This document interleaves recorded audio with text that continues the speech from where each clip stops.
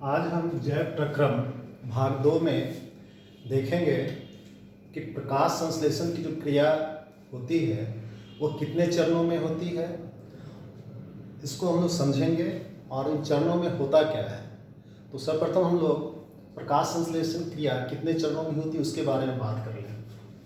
पूर्व में हम लोग वीडियो भाग 1 में हम लोग देख चुके हैं प्रकाश संश्लेषण क्रिया है क्या।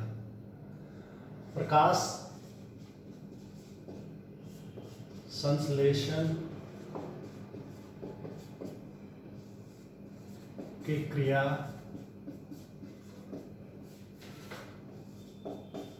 दो चरणों में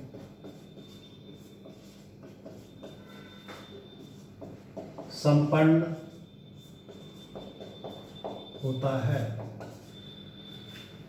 प्रथम चरण जो कहता है उसको हम लोग कहते हैं प्रकाशिक अभिक्रिया। प्रकाशिक अभिक्रिया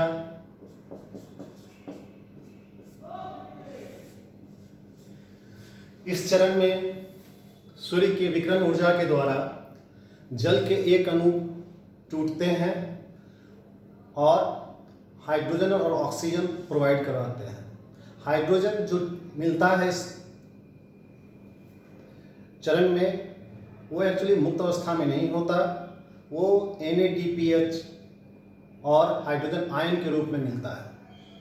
तो हम लोग प्रथम चरण में देख रहे हैं कि यहाँ जल जो है वो टूटता है और ऑक्सीजन गैस निकलता है।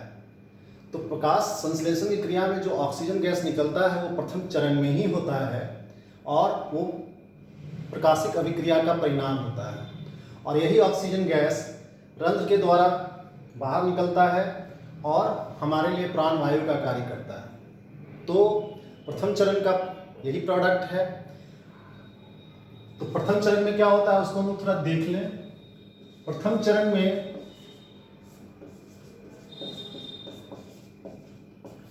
जल का अणु टूटता है और ऑक्सीजन गैस तथा NADPH plus H plus ion का निर्माण करता है। यह अभिक्रिया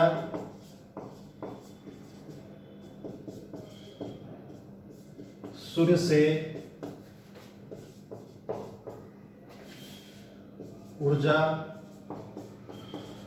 प्राप्त कर होता है।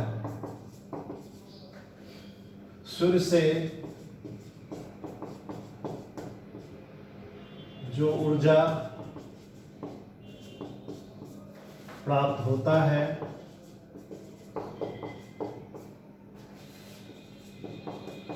उसमें लाल रंग का योगदान सबसे अधिक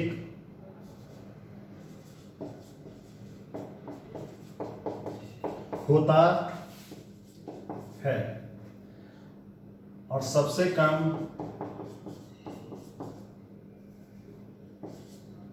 और सबसे कम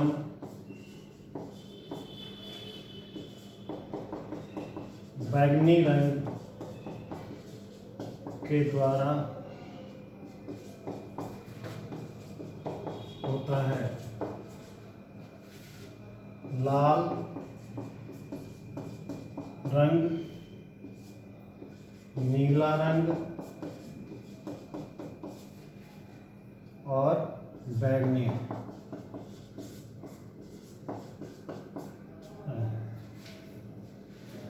दूसरा चरण है अप्रकाशिक। अप्रकाशिक अभिक्रिया में जैसा कि नाम ही है कि इसमें प्रकाश की आवश्यकता नहीं होती। इसका अर्थ यह नहीं है कि प्रकाश रहेगा तो यह नहीं होगा। प्रकाश के नहीं रहने पर भी यह रिएक्शन होता है और ग्लूकोज बनता है। ग्लूकोज का बनना जो है वह CO2 के अपचयन के द्वारा होता है और अपचयन के लिए जो ऊर्जा प्राप्त होती है वह प्रथम चरण में जो ऊर्जा मिलती है ATP के रूप में, उसी का इस्तेमाल इसमें होता है। तो हम देखेंगे कि अप्रकाशिक अभिक्रिया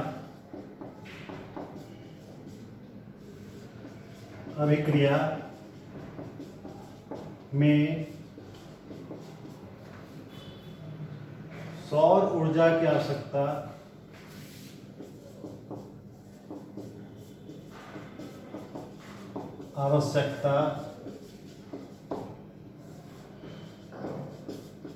नहीं होती है, इसीलिए यह अप्रकाशिक अभिक्रिया कहलाता है। इस चरण में CO2 गैस का अपचयन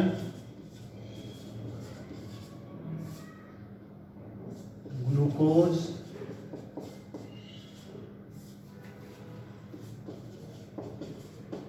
यानी कार्बोहाइड्रेट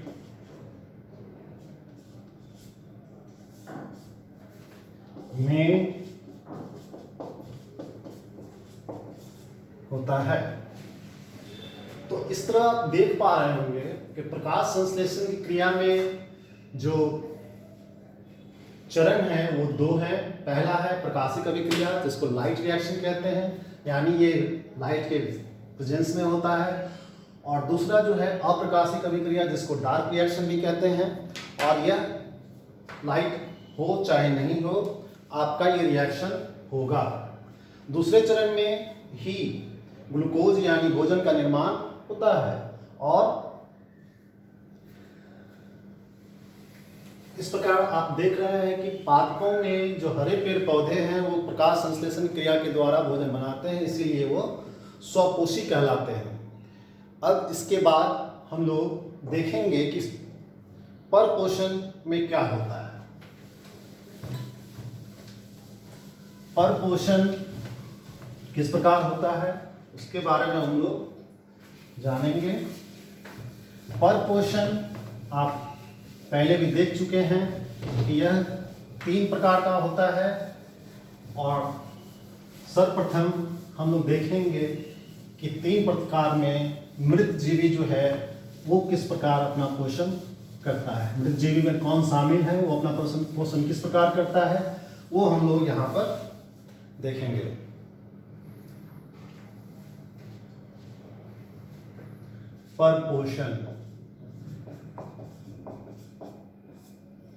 परपोषण में हम लोग चर्चा कर चुके हैं कि मृत जीवी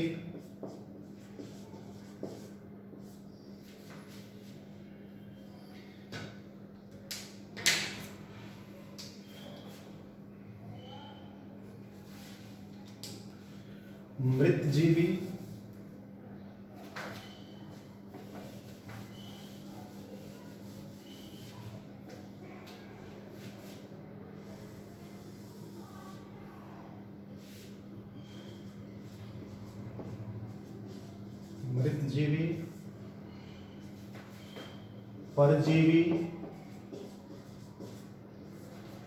और प्राणी समभोजी, ये 3 प्रकार का परपोषण होता है। सर्वप्रथम हम बात करेंगे मृत जीवी की। मृत जीवी में ऐसे प्राणी हैं जो अपना भोजन सीधे ग्रहण नहीं करते, ये सड़े गले कार्बनिक पदार्थों से अपना भोजन ग्रहण करते हैं और ग्रहण करने का तरीका जो उनका होता है वो अवशोषण के द्वारा करते हैं। ये सड़े गले मृत कार्बनिक पदार्थों पे रसायन छोड़ते हैं, उसको उसमें घुला लेते हैं और तब उसको घुल्य अवस्था में अपना भोजन वो एब्जॉर्ब करते हैं, अवशोषित करते हैं। यानी सीधे जिस तरह हम लोग खाते हैं मुख के द्वारा, वो ऐसा कुछ नहीं करते। तो मृत जीवी में हम लोग शामिल करते हैं किनको? मृत जीवी में हम लोग शामिल करते हैं कवक,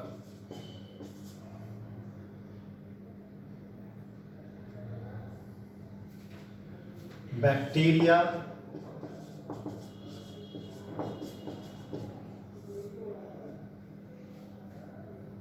आदि। मृत जीवी अपना भोजन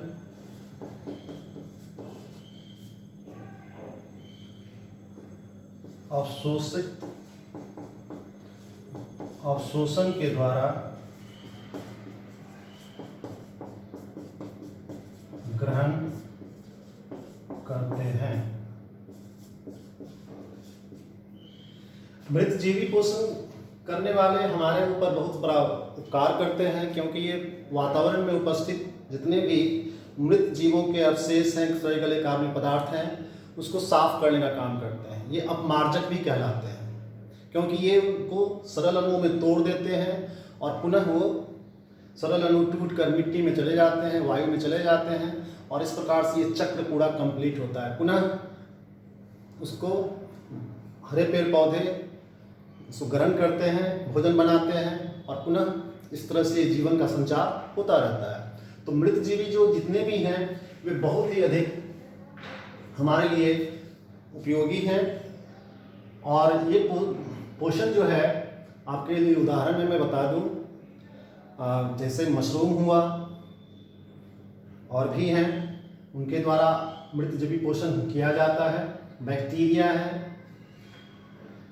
अब हम लोग आते हैं दूसरे परजीवी पर। परजीवी में आप पादप परजीवी और जंतु परजीवी दोनों को देखते हैं। पहले तो समझें कि परजीवी है क्या। परजीवी वे सजीव हैं जो अपना भोजन ग्रहण करने के लिए अपने पोषी पर निर्भर होते हैं। वो अपना भोजन पोषी के शरीर से ही प्राप्त करते हैं, और पोषी के शरीर से प्राप्त करने के लिए वो उनके ऊपर पूर्णतः आश्रित होते हैं। कुछ परजीवी ऐसे भी होते हैं जो पूर्णतः आश्रित नहीं होते, वे केवल रॉ मटेरियल लेते हैं और अपना भोजन खुद बनाते हैं। लेकिन परजीवी पोषण के कारण जो होस्ट होते हैं उनको काफ़ी नुकसान होता है, क्योंकि उनका जो भोजन है, उनका जो रॉ मटेरियल है, उनके लिए जो पोषण उपलब्ध है उनमें कमी आ जाती है। इसका सबसे बड़ा उदाहरण आप जानते हैं कि पादप परजीवी के रूप में अमरबेल है। अमरबेल पादप परजीवी है और ये बड़े पेड़ों पर लतर के रूप में उपस्थित होते हैं और उनसे अपना भोजन ग्रहण करते हैं, जिसके कारण जो पोषी हैं वे सफ़र करते हैं, यानी उनके ही हिस्से का जो भोजन होता है वो ये ग्रहण कर लेते हैं। तो ये डिजायरेबल नहीं है, इनको नहीं रखना चाहिए, इनको हटा देना चाहिए। इसी तरह से जंतु परजीवी में आप बात करते हैं तो कुछ कृमि हमारे आंतों के अंदर भी होते हैं, जैसे टेप वर्म है, राउंड वर्म है। ये परजीवी जो हैं हमारे शरीर के अंदर होते हैं और वहाँ से वो हमारा जो पोषण है, हम जो पोषण लेते हैं उसमें वो हिस्सा अपना बटाते हैं। इसी तरह से जूं है, मच्छर है, ये भी परजीवी ही है। और ये जंतु परजीवी के उदाहरण आप समझ चुके हैं, tape worm, round worm, malaria परजीवी,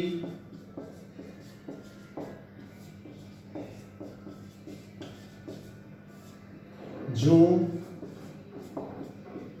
मच्छर आदि। पादप परजीवी का एक और उदाहरण आप ले सकते हैं, येलो येलो रैटल। तो इस तरह से आप समझ रहे हैं कि मृतजीवी और परजीवी किस प्रकार अपना भोजन ग्रहण करते हैं। परजीवी अपने कोशी से ग्रहण करते हैं और मृतजीवी सड़े गले कार्बनिक जीवों के अवशेष के द्वारा अपना भोजन ग्रहण करते हैं, वो अवशोषण की विधि के द्वारा करते हैं। अब हम आते हैं एक और भाग है प्राणी संभोजी। प्राणी संभोजी में जो जीव होते हैं वे अपने भोजन को सीधे ग्रहण करते हैं और अपने शरीर के अंदर उसका पाचन करते हैं। तो इसके कुछ स्टेप होते हैं। तो प्राणी संभोजी के बारे में हम लोग जाने। प्राणी संभोजी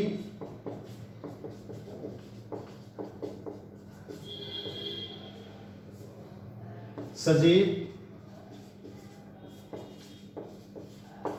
अपने भोजन को सीधे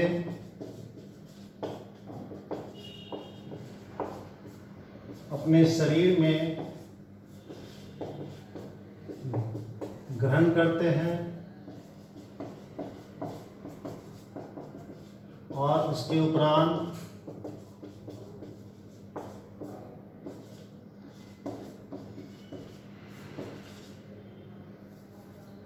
पाचन का कार्य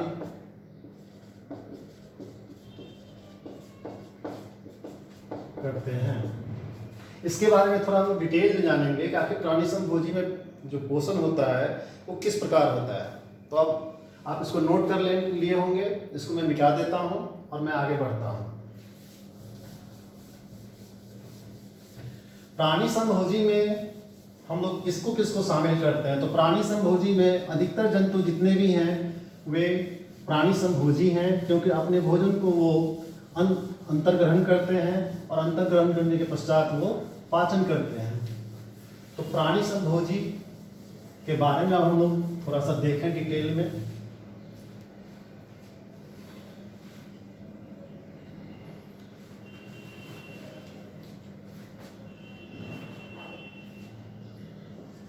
प्राणी संभोजी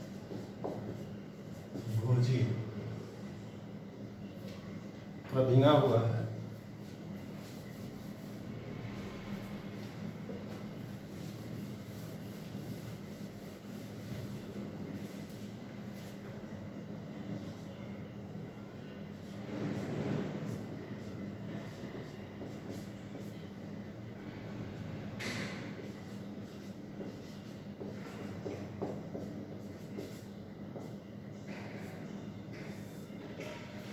प्राणी संभोजी में उन जीवों को शामिल किया गया है जो अपना भोजन सीधे अंदर लेते हैं और तब उसका पाचन करते हैं। इसमें एक कोशिकीय जीव अमीबा को रखा गया है और पैरामीशियम एक कोशिकीय जीव पैरामीशियम भी इसी में शामिल है, यूग्लेना भी शामिल है। और इसके अतिरिक्त हम लोग जो विशाल जीव हैं जैसे मनुष्य, व्हेल, जितने भी स्तनपायी जानवर हैं वे सभी प्राणी संभोजी हैं, क्योंकि वो अपना भोजन अंतर्ग्रहण करते हैं एक ओपनिंग के द्वारा, यानी मानवों में मुख और बहुत सारे जंतुओं में मुख होता है और वो अपना ग्रहण करते हैं। उसके बाद प्राणी संभोजी जो है एक्चुअली इनमें जो पोषण का कार्य होता है वो लगभग 5 चरणों में संपन्न होता है। तो हम लोग उसके बारे में थोड़ा समझें। प्राणी संभोजी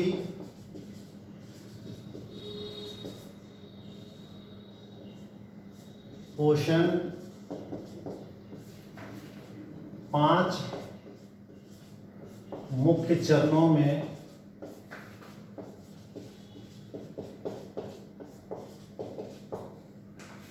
संपन्न होता है। पहला है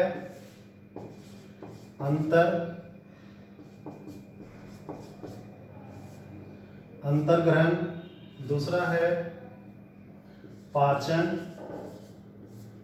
तीसरा है अवशोषण, चौथा है स्वांगीकरण, पांचवा है उत्सर्जन। तो प्राणी संभोजी पोषण आप देख रहे हैं कि 5 चरणों में लगभग संपन्न होता है। अब हम लोग बार बार एग्जाम में पूछा जाता है कि अमीबा में पोषण किस प्रकार संपन्न होता है, तो उसके बारे में हम लोग चर्चा करेंगे। तो सबसे पहले इन स्टेप को थोड़ा समझ लें, उसके बाद हम लोग चलेंगे उस टॉपिक पे। अंतर्ग्रहण। अंतर्ग्रहण का मतलब है कि भोजन को अंदर लेना, यानी शरीर के अंदर लेना। शरीर के अंदर लेने के बाद दूसरा चरण स्टार्ट होता है, वो है पाचन।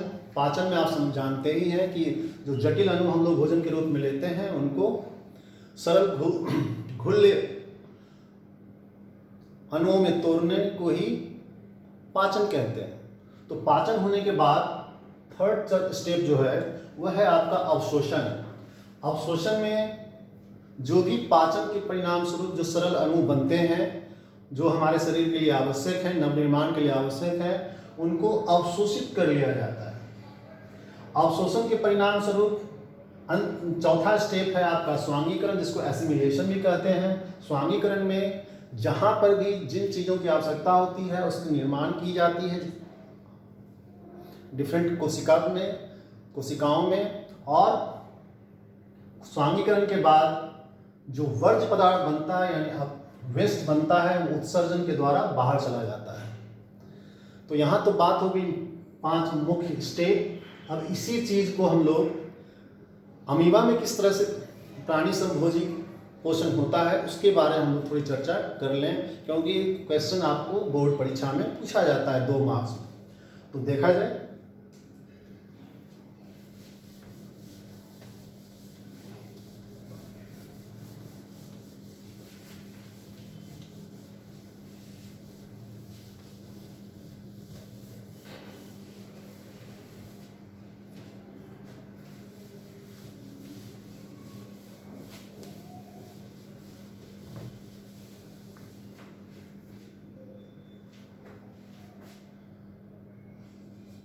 अमीबा में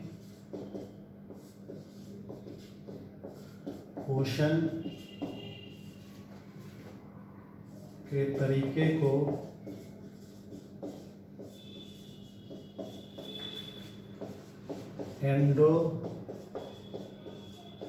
एंडोसाइटोसिस भी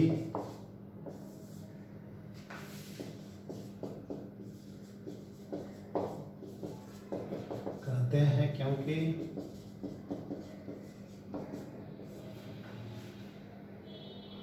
इसमें इसके एक कोशिका में ही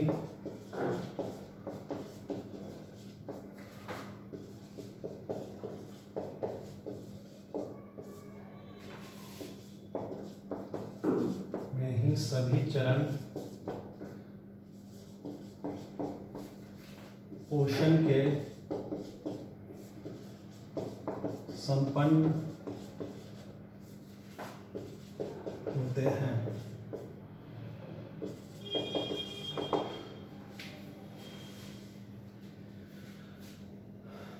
अमीबा अपने भोजन को अपने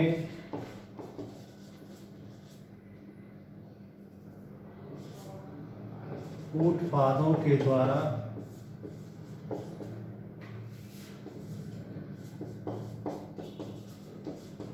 अंदर के द्वारा घेर कर अंदर ग्रहण करते हैं। भोजन रसधानी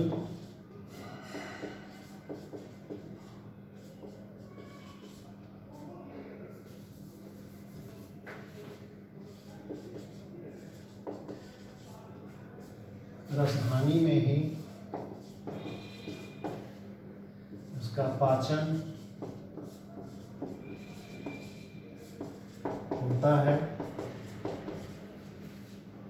उसके बाद वहां से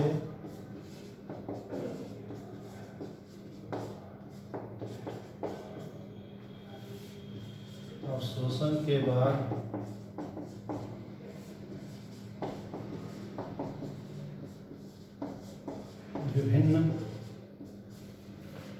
भागों में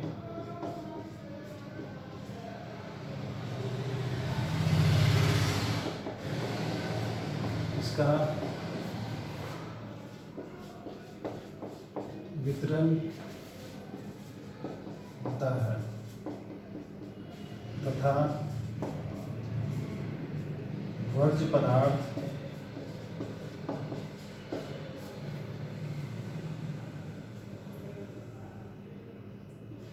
शरीर के ऊपर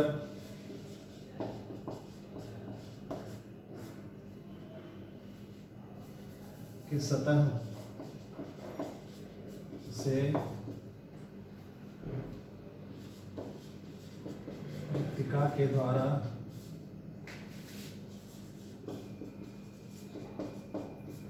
बाहर निकाल लिया जाता है। तो ये कंप्लीट हमने जो लिखा है ये आपको समझने में मदद करेगा, और समझना तो आप यही समझ गए होंगे कि आखिर किस प्रकार अमीबा जो है अपना पोषण करता है। आप थोड़ा एक फिगर बना लें, फिगर में आप देखेंगे तो इसको और भी आपको समझ में बात आ जाएगी। तो इसको पहले नोट कर लेंगे, आप वीडियो को आप नोट कर लेंगे, उसके बाद इसको आप नेक्स्ट चलते हैं, फिगर समझते हैं कि आखिर किस प्रकार ये संपन्न होता है, क्योंकि बार बार ये एग्जाम में पूछा जाता है और फिगर देना बहुत ही आवश्यक है।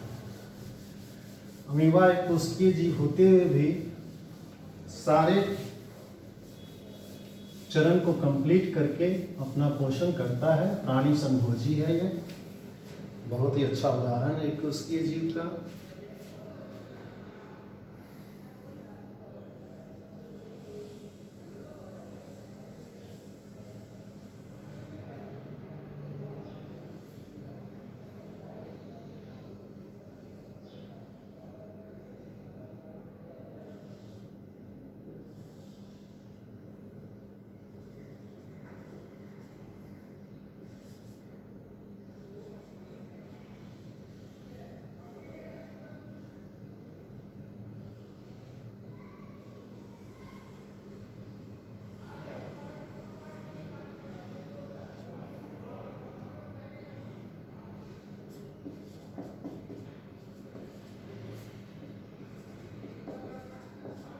भोजन का कण है ये है कूटपाद।